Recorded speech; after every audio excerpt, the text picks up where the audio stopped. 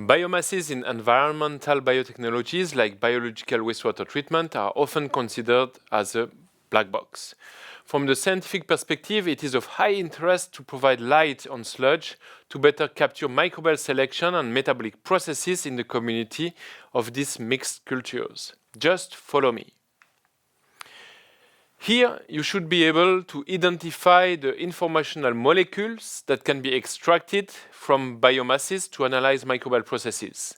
We'll cover the classification of microorganisms, the culture-dependent and culture-independent methods that can be applied to address the ecology and ecophysiology of the microorganisms. We will illustrate the methods with polyphosphate accumulating organisms, PAOs, that are involved in enhanced biological phosphorus removal, EBPR. We will evaluate the integration of microbial ecology principles for microbial community engineering. As you already know, microorganisms are made of proteins, lipids, polysaccharides, and nucleic acids. These functional polymers are structuring the cellular biomass and provide important functions. In addition, all these macromolecules can carry important information about microorganisms and their metabolisms. We are therefore interested in extracting these macromolecules from biomasses for analytical purposes.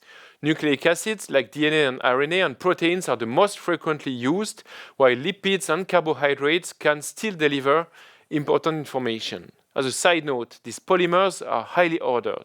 They are meant by microorganisms to stabilize their architectures and their metabolic activities. They are therefore not made primarily to be extracted. Extractions can be challenging. Therefore, all the wet lab bioanalytical workflows can be affected to extraction biases along the processes of biomass sample. Good harmonized protocols are needed. Round-robin tests can be interesting to run at the start of a project to better capture the analytical variability, repeatability, and reproducibility between labs. One first target when analyzing microorganisms often relates to classifications. Different types of classifications can be done, either from the morphotypes to the phenotypes to the genotypes of the microorganisms. Classifications using morphotypes use the morphologies, the shapes and aspects of microorganisms. An excellent example is the identification key developed by Eichelbaum to identify filamentous microorganisms causing bulking sludge. Biochemists like Cloyver have classified microorganisms according to their metabolic properties. It provides direct information on functionalities, which is important for biotechnological process. Some limitations can arise since several different populations can display the same metabolisms. Works of Wuse on the genes coding for ribosomal RNA, rRNA, have opened the way for taxonomic classification of microbes and the development of the microbial tree of life. Different rRNA genes can be obtained and sequenced from microorganisms. The 16S rRNA gene pool from bacteria and archaea and the 18S rRNA gene pool from eukarya. Analyses based on rRNA genes have been widespread since the 1990s to characterize microbial community structures and compositions while identifying the microbial populations and obtaining their relative abundances. Phylogenetic trees can be built based on the comparison of sequences of rRNA genes. These genes have been applied from polymerase chain reaction, PCR, and quantitative PCR, qPCR, to community fingerprinting by differential gradient gel electrophoresis, DGGE, terminal restriction fragment length polymorphism, TRFLP, automated ribosomal intergenic spacer analysis, ERISA, up to the modern methods of rRNA gene amplicon sequencing. The rRNA per se, that means not the gene, is targeted by fluorescence in situ hybridization, also known as FISH. Functional genes that code for enzymes involved in biochemical conversions can be used to distinguish between clades of microorganisms. Microbes can be further taxonomically classified and differentiated using their sequenced genomes.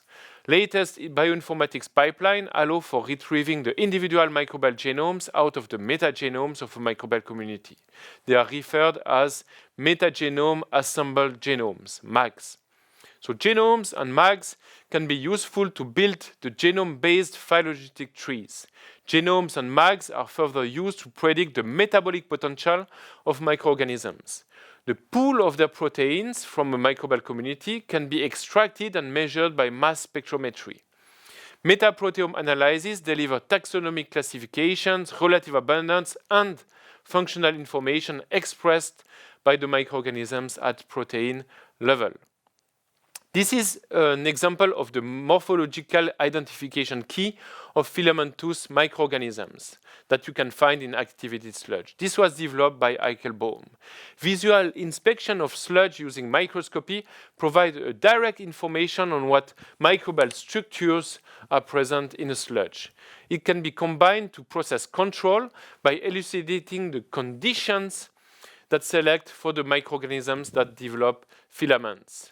This helps prevent the development of bulking sludge, which result in biomass settling problems in secondary clarifiers. Microscopy can be efficiently combined in a relatively simple first set of methods to detect, identify, measure the relative abundance and localize the microorganisms developing in the biomass of a wastewater treatment plant. The four methods given hereafter can be used for routine analysis. Microscopy and DNA analysis by amplicon sequencing provide an overview of the biomass and its microbial composition. Amplicon sequencing helps uncover the unknown by giving an overall composition of the bacterial, archaeal, or eukaryotic communities depending on the primer set that you use for PCR.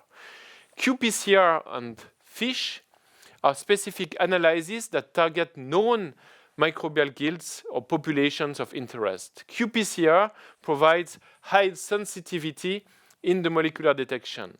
FISH can be applied not only on dispersed sludge, but also on intact flux and granule cross-sections of granules or biofilms to localize microorganisms in the bioaggregate architectures.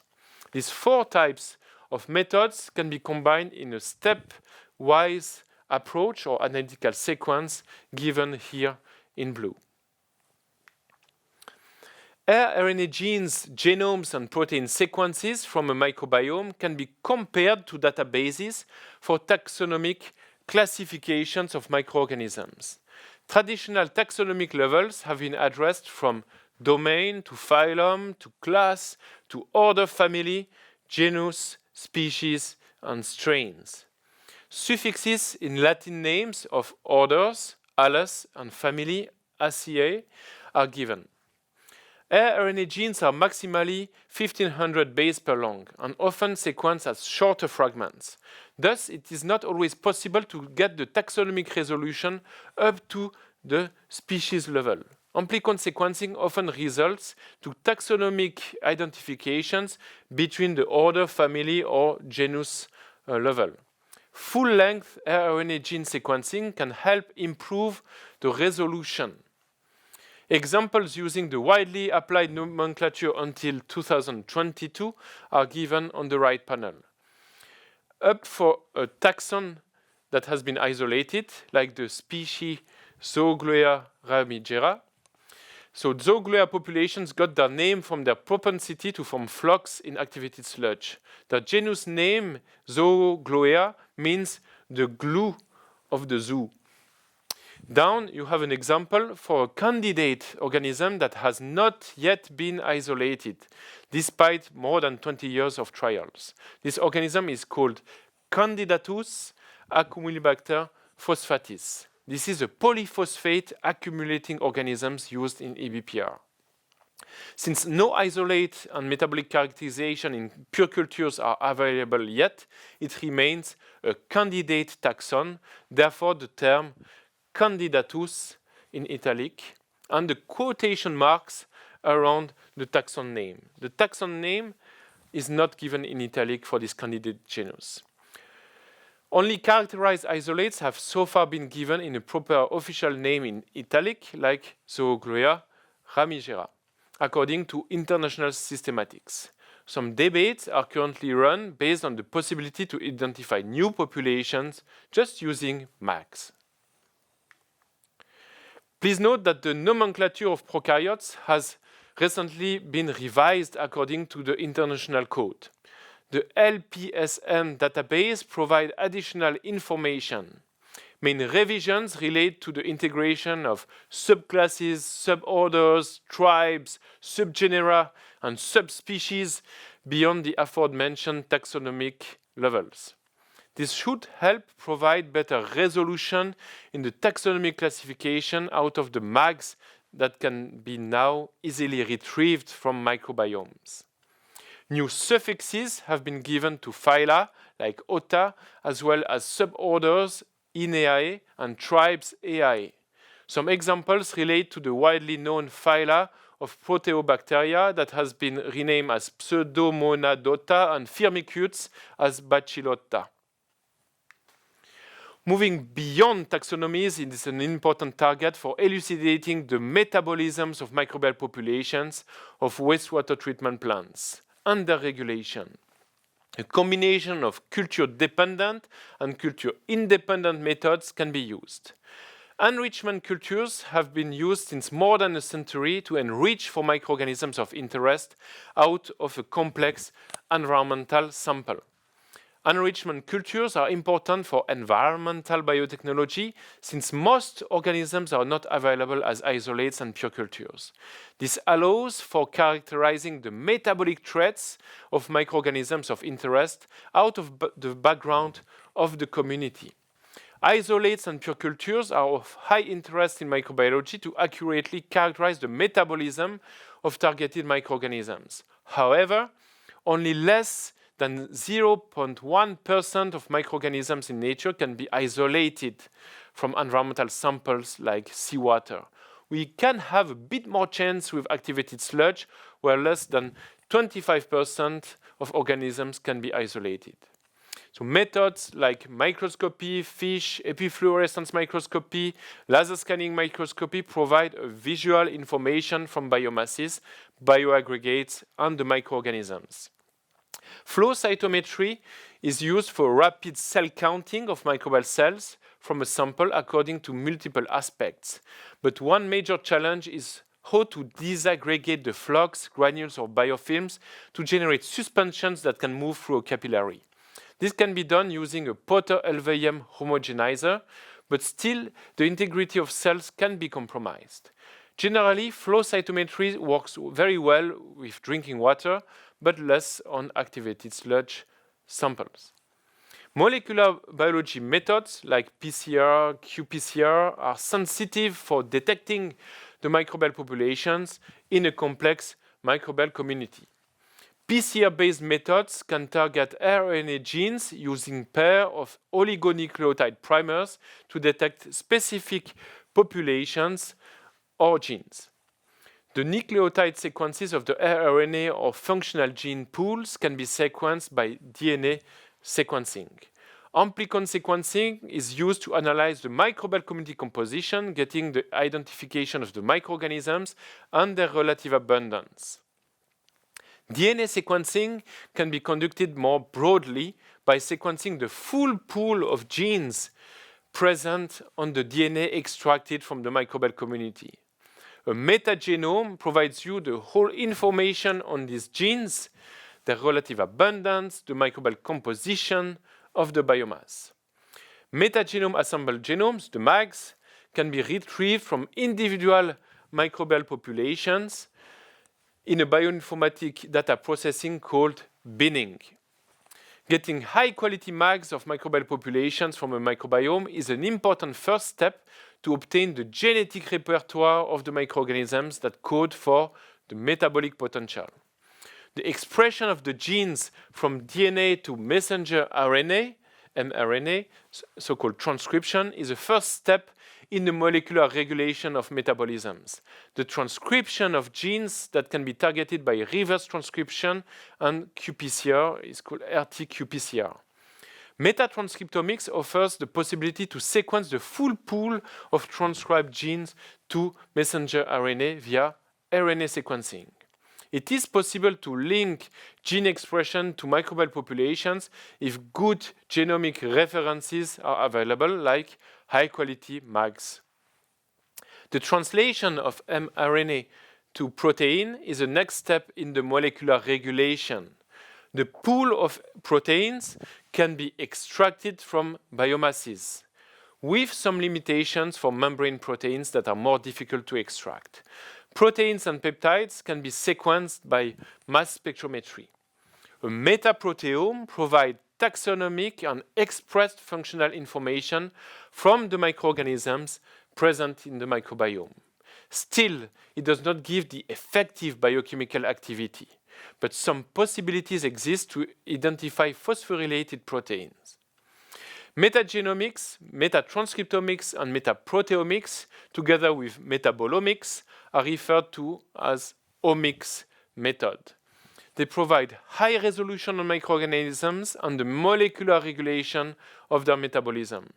They generate a mass of data that requires advanced bioinformatics to extract the essential information needed from the microorganism. But it is key to move beyond the sole generation of the data in order to develop scientific theories and engineering concepts that can be applied in practice.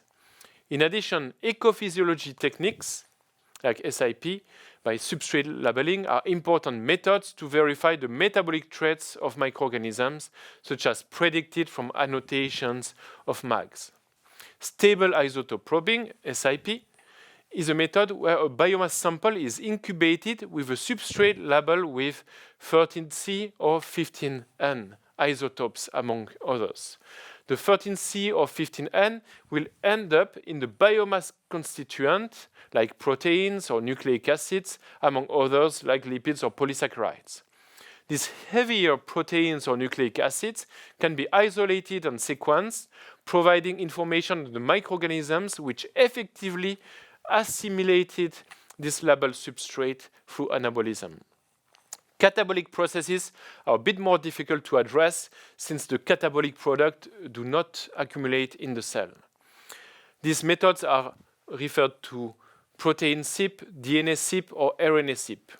Other labeling methods like micro-autoradiography are useful to identify metabolic functionalities in situ. Please refer to the book Experimental Methods in Wastewater Treatment to get more information.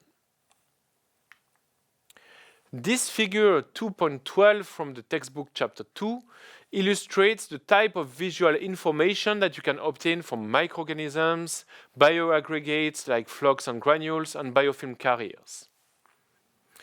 This panel A and B display light and phase contrast microscopies of a compact flock, of a filamentous structure, and protozoans.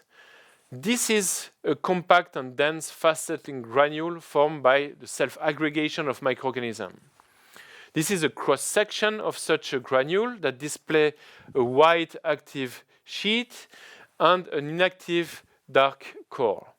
In contrast, you can observe here a granule overgrown by filamentous bacteria that penetrate from inside to outside the granule surface and that deteriorates the settling properties. By managing the selection phenomena in a bioprocess, you can specifically remediate the growth of this filamentous bacteria you can see also here. Counteracting filamentous bulking is similar to promoting granulation. Panel C provides you with confocal laser scanning microscopy images of flocks and granule cross-sections. This highlights the difference in aggregation levels and metrics between tiny flocks and big granules. In previous studies, we highlighted that fast-growing microorganisms like the zoogloia that we are speaking about tend to form very smooth biofilm structures like this one. The slower-growing organisms like the PAO Candidatus acumulibacter tend to form more compact microcolonies in the biofilm architectures that you can see here. This leads to the formation of more heterogeneous granule conglomerates. This is also valid for nitrifiers and Anamox bacteria that are slow-growing that you can find on this panel G. They form compact microcolonies. They have been detected by fish and confocal laser scanning microscopy from biofilm carriers on this panel A. Panel D provides more information gained from Acinetobacter cells using phase contrast microscopy, laser scanning microscopy, and fish and epifluorescence microscopy. You can see here inorganic stocks inside cells membrane. Finally, fish can be applied on biomass specimens using a wide collection of oligonucleotide probes to highlight the diversity of microbial populations in a biomass.